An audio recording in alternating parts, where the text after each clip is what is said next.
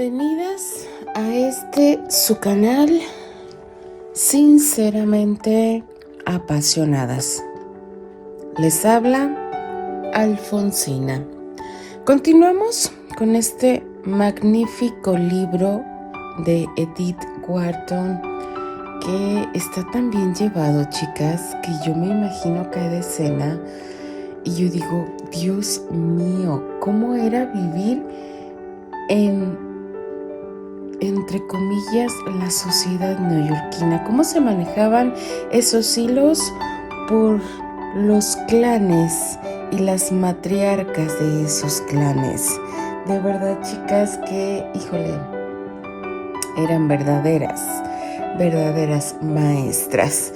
Y en el capítulo anterior estuvo bastante interesante, ya que Newland preguntó directamente si iban a continuar esa relación Ellen y él de esa manera. Y yo pregunto, ¿cuál relación? Si no se han visto en 4 meses, no se habían visto en 2 años desde que se casó Newland con May, la prima de Ellen. O sea, esto es de verdad, chicas, que yo me lo imagino en aquella época y yo me imagino a May dándose cuenta de todo, pero calladita, recta. Y digo, Dios mío, ahorita la chica, si se hubiera enterado de esto, yo hubiera mandado por un tubo, pero a la prima, y hubiera mandado a la hoguera al marido. Pero de verdad que lo está manejando magistralmente May, chicas, de verdad. Y Ellen simplemente dijo la verdad. ¿Cuál relación? ¿Qué relación tenemos tú y yo? Y eso hace enojar a Newland y se baja antes de que lleguen a la casa de la abuela de May y de Ellen. Vamos a descubrir qué nos depara el siguiente capítulo, chicas, de este magnífico libro llamado La Edad de la Inocencia. Capítulo 30. Esa noche, cuando Archer bajó antes de la cena, encontró el comedor vacío. Iba a cenar solo con May, ya que todos los compromisos familiares se habían postergado desde la enfermedad de Mr. Manson Mingot, y como May era la más puntual de los dos, le sorprendió que no hubiera procedido. Sabía que estaba en casa, pues mientras se vestía la oyó moverse en su dormitorio. Se preguntaba qué la habría retrasado. Había caído en la costumbre de plantearse conjeturas como un medio de lograr que sus pensamientos se ataran a la realidad. A veces sentía como si hubiera encontrado la clave del ensimismamiento de su suegro en trivialidades. Quizás hasta Mr. Whelan desde hacía tiempo había tenido escapadas y visiones y había conjurado a todas las huestes domésticas para defenderlo contra ellos. Cuando al fin apareció May, notó que se veía cansada. Tenía puesto el traje de noche con escote bajo y estrecho encaje que el ceremonial Mingot exigía en las ocasiones más informales, y había peinado su cabello claro con sus acostumbrados rizos, pero su rostro, en contraste con el resto, estaba pálido y marchito. Sin embargo, le sonrió con su habitual ternura, y sus ojos aún guardaban el resplandor azul del día anterior. ¿Qué te hiciste, querido?, preguntó May. Estaba esperando en casa de la abuela, y Ellen llegó sola y dijo que te había dejado a la mitad de camino porque tenías algo urgente que hacer. Nada malo, espero. Solo unas cartas que había olvidado y que quise despachar antes de la cena. Ah, dijo ella, y un momento después agregó, siento que no hayas ido a saludar a la abuela a menos que las cartas fueran muy urgentes. Lo eran, replicó Archer, sorprendido por su insistencia.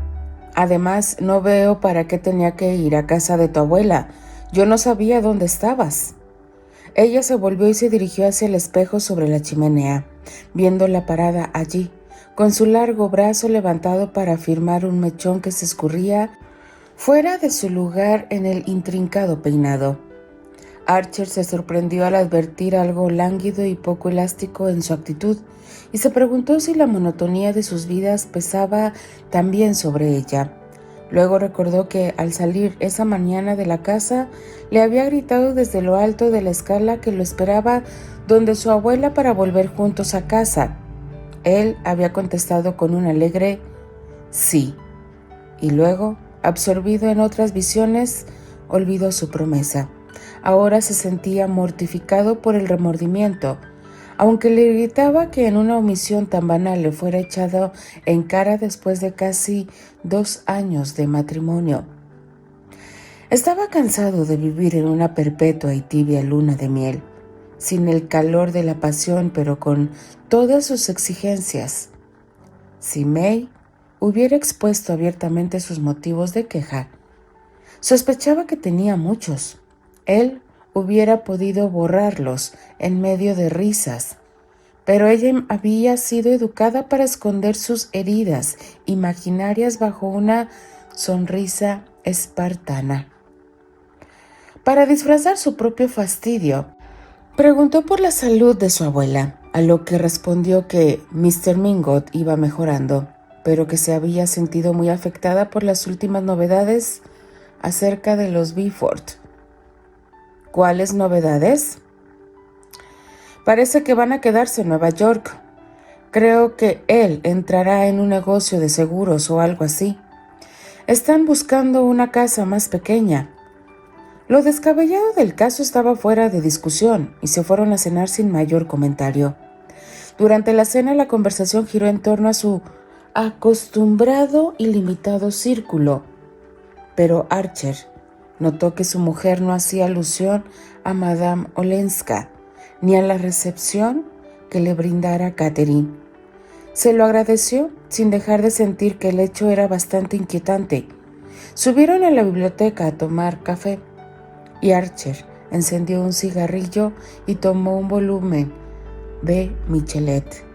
Había elegido leer historias en la noche desde que May desarrollara una tendencia a pedirle que leyera en voz alta en cuanto lo veía tomar un libro de poesía.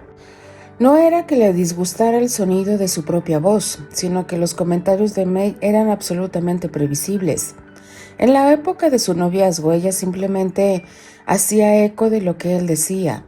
Ahora se daba cuenta, pero desde que él cesó de abastecerla con opiniones, ella empezó a aventurar las propias, con resultados destructivos para el goce que su marido disfrutaba de las obras comentadas. Al ver a Archer escogía leer historia, ella llevó su canasto de labores, acercó un sillón a la luz de la lámpara de lectura con pantalla verde y sacó un cojín que estaba bordando para el sofá de su marido. No era muy hábil para coser. Sus manos anchas estaban hechas para la equitación, el remo y todas las demás actividades al aire libre, pero ya que otras esposas bordaban cojines para sus maridos, no quiso omitir este último eslabón de su devoción.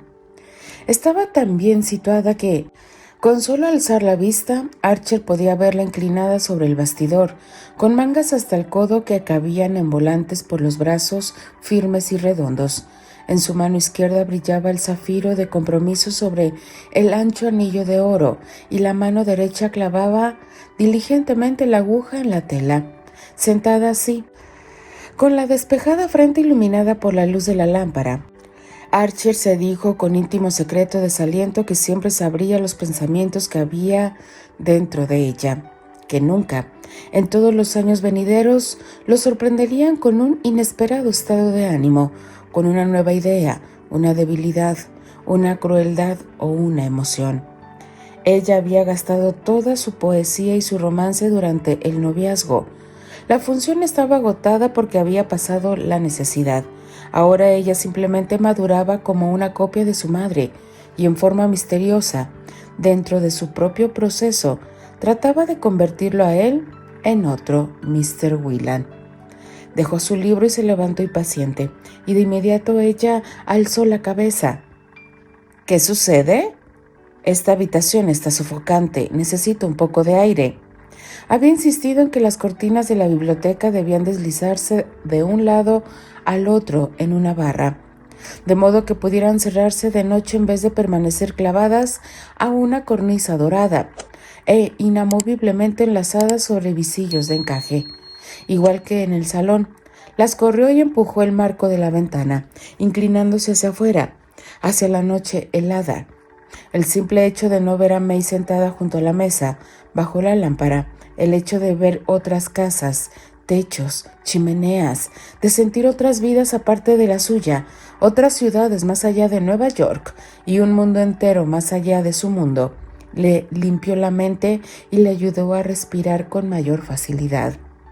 Después de estar asomado en la oscuridad durante algunos minutos, la escuchó decir: «Newland, por favor, cierra la ventana. Te vas a morir de frío». Cerró la ventana y se volvió hacia ella. «Me voy a morir», repitió y sintió ganas de agregar: «pero si ya me morí, estoy muerto. Morí hace meses y meses». Y de súbito, el juego de palabras le inspiró una bárbara sugerencia. ¿Y si fuera ella la muerta? ¿Si llegara a morir pronto, y lo dejara libre? La sensación de estar allí, en esa acogedora habitación familiar, y mirarla y desear su muerte, era tan extraña, tan fascinante y subyugadora, que no se dio cuenta de inmediato de toda su enormidad. Sencillamente sintió que la suerte le daba una posibilidad a la que debería abrazarse su alma enferma. Si May podía morir, todos lo hacen. Jóvenes, sanos como ella podía morir y dejarlo inmediatamente libre. May levantó la vista y al ver sus ojos desorbitados comprendió que debía haber algo muy extraño en los suyos. «Newland, ¿estás enfermo?». Él negó con la cabeza y se dirigió a su sillón. Ella se inclinó nuevamente sobre su bastidor y al pasar a su lado, él apoyó la mano sobre su cabello. «Pobre May», dijo. «¿Pobre? ¿Por qué pobre?», repitió May con una risa forzada. «Porque nunca podré abrir una ventana sin preocuparte», replicó, riendo a su vez. Ella se quedó callada un momento. Luego dijo en voz muy baja, con la cabeza inclinada sobre su labor: «Nunca me preocuparé si eres feliz». «Ah, querida, y yo nunca seré feliz a menos que puedas abrir las ventanas». «¿Con este frío?», protestó May, y con un suspiro Archer enterró la cabeza en su libro. Pasaron 6 o 7 días. Archer no supo nada de Madame Olenska y comprendió que ningún miembro de la familia pronunciaría su nombre delante de él. No intentó verla. Hacerlo mientras estuviera al lado de la custodiada cama de Catherine era casi imposible.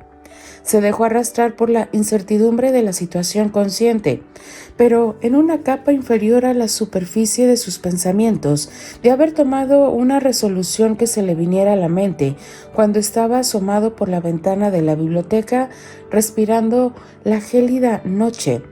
La fuerza de aquella resolución hizo más fácil esperar sin tomar iniciativa, pero un día May le dijo que Mr. Manson Mingot quería verlo. No era una solicitud muy sorprendente, pues la anciana se recordaba a pasos agigantados y siempre había declarado abiertamente que prefería a Archer a cualquiera de los otros maridos de sus nietas. May transmitió el mensaje con evidente placer. Estaba orgullosa de la opinión de su abuela tenía sobre su esposo. Hubo un corto silencio y luego Archer juzgó adecuar decir: «Muy bien. Iremos esta tarde». La cara de su mujer se iluminó, pero al instante contestó: «Oh, es mejor que vaya solo. A la abuela le aburre ver a la misma gente con demasiada frecuencia». El corazón de Archer latía violentamente cuando llamó a la puerta de Mr. Mingot. Había deseado intensamente ir solo porque estaba seguro de que la visita le daría una ocasión de decirle alguna palabra en privado a la condesa Olenska. Había decidido esperar hasta que se presentara la ocasión en forma natural, y aquí estaba él subiendo los escalones de la puerta, detrás de esa puerta, detrás de la pieza de cortinas de damasco amarillo. Seguramente ella lo esperaba. Dentro de un instante la vería y podría hablarle antes de lo que lo condujera al dormitorio de la enferma. Solo quería hacerle una pregunta, y después el camino que debería seguir sería muy claro. Lo que quería preguntarle era simplemente la fecha de su regreso a Washington, y eso era algo que difícilmente rehusaría responder. Pero en la salita amarilla lo esperaba solamente la criada mulata. Sus dientes blancos relucían como el teclado de un piano. Empujó las puertas corredizas y lo condujo ante Catherine. La anciana estaba sentada cerca de la cama en un amplio sillón parecido a un trono. A su lado había un pie de caoba que sujetaba una gran lámpara de bronce con un globo cincelado, encima del cual se equilibraba una pantalla de papel verde. No se veía ningún libro ni periódico, ni la menor evidencia de labores femeninas. La conversación fue siempre la única entretención de Mr. Mingot, y no se habría dignado a fingir interés en labores domésticas. Archer no notó la menor huella de la ligera distorsión que dejara la apoplejía. Únicamente se veía más pálida, con sombras más oscuras en los pliegues y huecos de su obesidad, y con la cofia ondeada atada por un lazo almidonado entre las dos primeras barbillas, y la pañoleta de muselina atravesaba encima de su bata de cama color violeta y llena de volantes. Parecía una astuta y bondadosa antepasada de sí misma que hubiera gozado con demasiada liberalidad de los placeres de la mesa. Catherine alargó una de sus pequeñas manos anidadas en un hueco de su colosal regazo con animales regalones y llamó a la criada. «No dejes entrar a nadie más. Si vienen mis hijas, di que estoy durmiendo».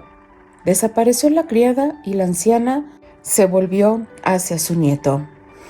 «Dime, querido, ¿estoy muy horrible?», le preguntó alegremente, emprendiendo con una mano la difícil tarea de buscar los pliegues de muselina en su inaccesible pecho. «Mis hijas dicen que no importa a mi edad, como si la fealdad no importara más cuando más difícil se hace ocultarla. Querida mía, está más bonita que nunca», replicó Archer en el mismo tono. Ella se echó la cabeza atrás y rió. «Ah, pero no tan bonita como Ellen», dijo con voz entrecortada, pestañeándole maliciosamente, y antes de que pudiera responder, agregó: «¿Estaba tan increíblemente bonita el día que la trajiste en el transbordador?». Él se rió y ella prosiguió: «¿Fue porque tú se lo dijiste que tuvo que apartarte de ella? En mi juventud los jóvenes no se alejaban de las mujeres bonitas, a menos que los obligaran». Lanzó otra risita, que interrumpió para decir casi que humorosamente: «Es una lástima que no se haya casado contigo. Siempre se lo dije. Me habría evitado todas estas preocupaciones. Pero, ¿quién piensa alguna vez en evitarle problemas a su abuela?». Archer se preguntó si su enfermedad habría alterado sus facultades mentales, pero súbitamente ella exclamó: «Bueno, de todos modos, ya está arreglado. Se va a quedar conmigo, diga lo que diga el resto de la familia. No había pasado ni 5 minutos aquí cuando ya me habría puesto de rodillas para retenerla. Si en estos últimos 20 años hubiera sido capaz de ver dónde está el suelo». Archer escuchaba en silencio y ella prosiguió: «Me había metido cosas en la cabeza. Como seguramente lo sabes, me persuadieron Lovell, Letterblade y Augusta Whelan y todos los demás que debía amenazarla con cortar su asignación hasta que comprendiera que era su deber volver con Olenski. Pensaron que me había convencido cuando el secretario o quien quiera que fuera trajo las últimas proposiciones. Confieso que eran hermosas proposiciones. Después de todo, un matrimonio es un matrimonio y el dinero es el dinero, ambas cosas muy útiles a su manera, y no sabía qué responder. Calló y respiró hondo, como si hablar le resultara un esfuerzo. Pero en cuanto puse mis ojos en ella dije: «Tú, dulce pajarito, ¿encerrarte en esa jaula de nuevo? Jamás». Y ahora está decidido que Ellen se queda aquí y cuida a su abuela mientras haya abuela que cuidar. No es un futuro muy alegre, pero a ella no le importa. Y por supuesto, le dije a Letterblade que debe asignarle una adecuada renta. El joven la escuchó sintiendo que la sangre hervía en sus venas, pero estaba tan confundido que casi no sabía si estas noticias le traían alegría o pena. Tenía tan decidido el camino que quería seguir que por ahora no podía readaptar sus ideas. Pero gradualmente se introdujo a hurtadillas en su mente la deliciosa sensación de dificultades aplazadas y oportunidades que se le ofrecían milagrosamente. Si Ellen había consentido en vivir con su abuela, era seguramente porque había reconocido la posibilidad de renunciar a él. Esta era la respuesta a su última súplica del otro día. Si no daba el paso extremo que le había pedido, al menos cedía a una solución a medias. Se sumergió en este pensamiento con el involuntario alivio de un hombre que ha estado al borde de arriesgarlo todo y que, de súbito, saborea la peligrosa dulzura de la seguridad. No podía regresar. Era imposible, exclamó. «Ah, querido mío, siempre supe que estabas de su lado, y es por eso que te hice venir hoy. Y por eso le dije a tu linda mujer cuando quiso acompañarte: no, querida, me muero por ver a Newland y no quiero que nadie más comparta nuestros transportes». «¿Por qué vas a ver, hijo?». Echó la cabeza hacia atrás hasta donde se lo permitían sus trabadas barbillas y lo miró directamente a los ojos. «Vas a ver que tenemos una batalla por delante todavía. La familia no la quiere aquí y dirán que es porque he estado enferma, porque soy una mujer débil y vieja, que ella me ha persuadido. Aún no estoy lo suficientemente bien como para pelear con cada uno de ellos, y tendrás que hacerlo por mí». «¿Yo?», tartamudeó Archer. «Tú. ¿Por qué no?». Se volvió bruscamente hacia él. Sus ojos redondos se pusieron repentinamente afilados como navajas. Su mano aleteó en el brazo del sillón y se posó en la de Archer como una garra de pequeñas uñas pálidas semejantes a las de un pájaro. «¿Por qué no?», repitió escrutando su rostro. Archer, expuesto a su mirada, había recuperado el dominio de sí mismo. «Oh, pero yo no cuento, soy demasiado insignificante». «Eres socio de Letterblade, ¿no es así? Tienes que tratar de influir en ellos por medio de Letterblade, a menos que tengas una razón», insistió. «Oh, caramba, creo que usted puede defender lo suyo contra todos ellos sin mi ayuda, pero la tendrá si la necesita», dijo, tranquilizándola. «Entonces estamos salvados», suspiró ella, y sonriéndole con toda su antigua astucia agregó, volviendo a poner la cabeza entre los cojines: «Siempre supe que nos apoyarías porque nunca te mencionan cuando hablan de que el deber de Ellen es regresar a su hogar». Archer sintió un ligero sobresalto por su terrorífica perspicacia y quiso preguntarle: «¿Y mencionan la opinión de May?», pero juzgó más prudente invertir la pregunta. «¿Y Madame Olenska? ¿Cuándo podré verla?». La anciana rió entre dientes, apretó los párpados y representó toda una pantomima socarrona. «Hoy no. Una cosa a la vez, por favor. Madame Olenska ha salido». La desilusión hizo enrojecer a Archer y ella continuó: «Salió, hijo mío. Fue en mi coche a ver a Regina Beaufort». Hizo una pausa para que este anuncio produjera su efecto. «A esto me tiene reducida. Al día siguiente que llegó aquí, se puso su mejor sombrero y me dijo, fresca, como un pepino, que iba a visitar a Regina Beaufort. «No la conozco. ¿Quién es?», dije. «Es tu sobrina nieta y una mujer que sufre mucho», dijo ella. «Es la esposa de un sinvergüenza», contesté. «Bueno», dijo, «igual que yo y toda mi familia quiere que vuelva con él». «¿Qué quieres que te diga?». Eso me tiró al suelo y la dejé ir. Y después un día dijo que llovía demasiado fuerte para salir a pie y me pidió que le prestara el coche. «¿Para qué?», le pregunté, y ella dijo, «para ir a ver a la prima Regina». «¿Prima?». Entonces, querido mío, miré por la ventana y vi que no caía una gota de lluvia, pero la comprendí y le presté el coche. Después de todo, Regina es una mujer valiente y también lo es Ellen, y siempre he admirado el coraje por encima de todo lo demás. Archer se inclinó y estampó un beso en la pequeña mano que todavía estaba posada en la suya. ¡Ey, ey, ey! ¿Qué mano pensaste que besabas, jovencito? La de tu mujer, espero, dijo en forma brusca la anciana en medio de su risita burlona, y cuando él se levantó para retirarse, le gritó: Dale los cariños de su abuela, pero mejor no le digas nada acerca de nuestra conversación. Continuará. Uy, chicas, yo estoy confundida. No sé qué hacer, no sé qué pensar. No sé, o sea, es que esta matriarca, porque es una matriarca, sinceramente, y yo me la imagino y la recuerdo en la película y era bastante desesperante. Aquí sí la pintan como obesa, pero en la película está bastante, no se puede ni mover del lugar de donde está.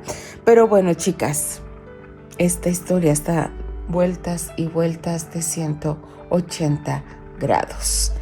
Denle like a la narración, déjenme sus maravillosos comentarios.